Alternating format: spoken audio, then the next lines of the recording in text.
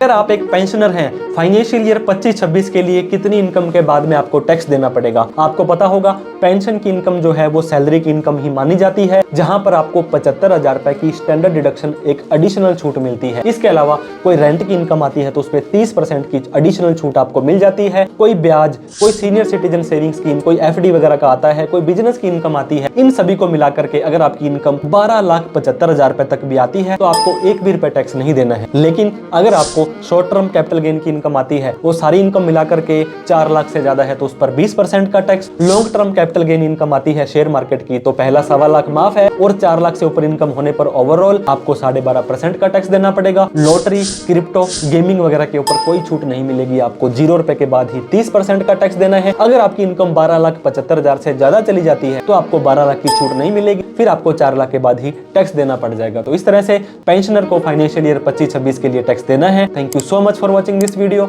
Jai Hind, Jai Bharat.